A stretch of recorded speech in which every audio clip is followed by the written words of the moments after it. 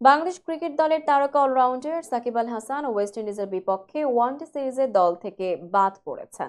বিসিবির কাছ থেকে 3টি শর্ত পূরণ না হওয়ায় সাকিবের ওয়ানডে সিরিজে না থাকার গুঞ্জন শোনা গেলেও বোর্ডের কর্মকর্তারা এর পেছনে অন্য কারণ দেখিয়েছেন। বিসিবি সূত্রে জানা গেছে, সাকিব আল হাসানের যে 3টি শর্ত ছিল তা সম্পর্কে বোর্ড কর্মকর্তারা অবগত নন। তারা দাবি করেছেন, সাকিবের মানসিক অবস্থান এই মুহূর্তে খেলার জন্য উপযুক্ত নয়। তারা বলেন, ফ্র্যাঞ্চাইজি টি10 লিগে খেলা এবং জাতীয় দলের হয়ে আন্তর্জাতিক ক্রিকেট খেলা আলাদা বিষয়। বোর্ডের এই সিদ্ধান্তের পর নির্বাচক কমিটিকে জানানো হয় যে সাকিবকে বাদ দিয়েই ওয়ানডে সিরিজের দল নির্বাচন করা হোক। এদিকে সাকিব কয়েকদিন আগে ওয়েস্ট ইন্ডিজ সিরিজ দিয়ে জাতীয় দলে ফিরতে চান বলে জানিয়েছিলেন, তবে বিসিবির মনোভাবের কারণেই তাকে বাদ দেওয়া হয়েছে।